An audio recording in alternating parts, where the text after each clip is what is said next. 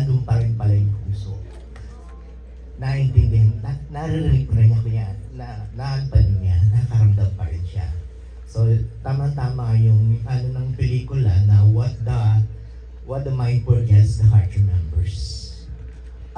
Ang tanong ko lang kay Sir Ricky Lee at sa kay Direk Cherry Sineneng, anong kaibahan itong pelikula na ito sa mga ibang love stories na nagtatakal about ganito lovers na mayroong isang character na may nagsasuffer ng memory loss or Alzheimer's disease?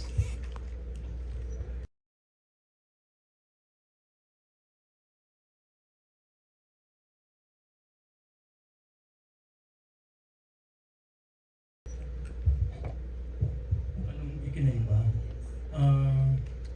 In a way, pareho and at the same time, iba naman lagi.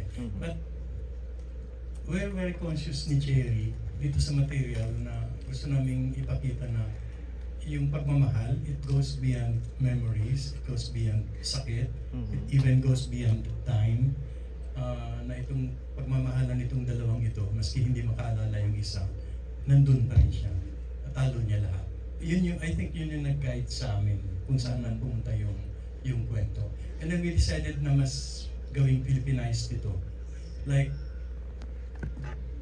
doon sa original, medyo katiting-katiting lang yung characters ng tatay, ng nanay, and so on. Pero tayo mga Pilipino tayo eh.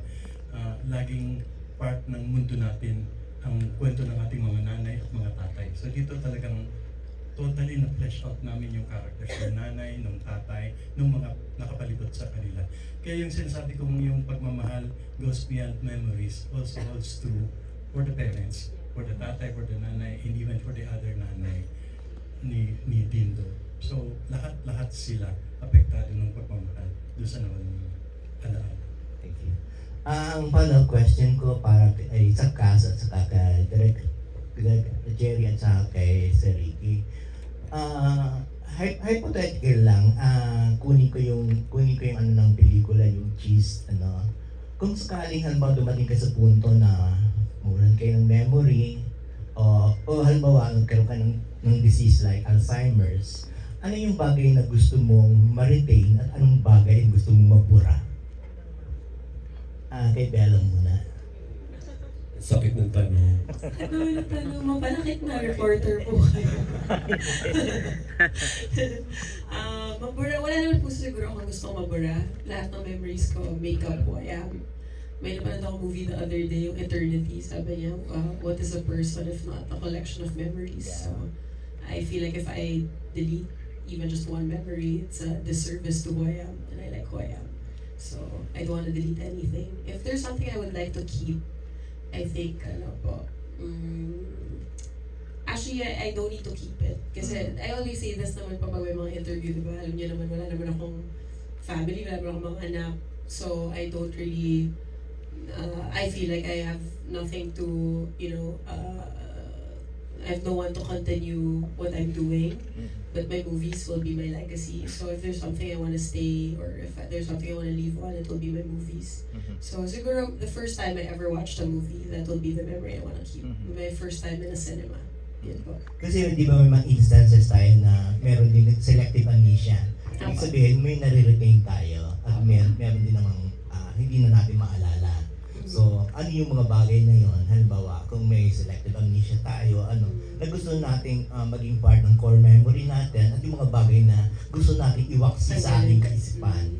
Siyempre, gusto ko yung masasayang moments. Siguro yung mga kasama ko yung kaibigan ko, yung pamilya ko. Yun. One of my favorite memories, actually, nanood ako ng MMFF with my lolo sa SM Fairview nung bata pa ako. Tapos paulit-ulit namin pinanood yung movie na yun. So, it was just Enteng Cabezote. It wasn't, like a deep movie. It was a funny film.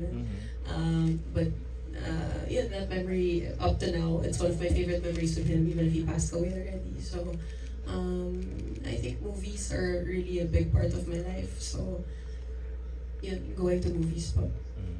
Carlo? Yung memory na gusto kong makip, siguro yung memory ko with my family, yung first out of the country namin, na Hong Kong, yan. Lahat ng memories ko actually with my family. Tapos nung naipanganak yung daughter ko, si Nidhi, and then yung wedding namin ni Charlie.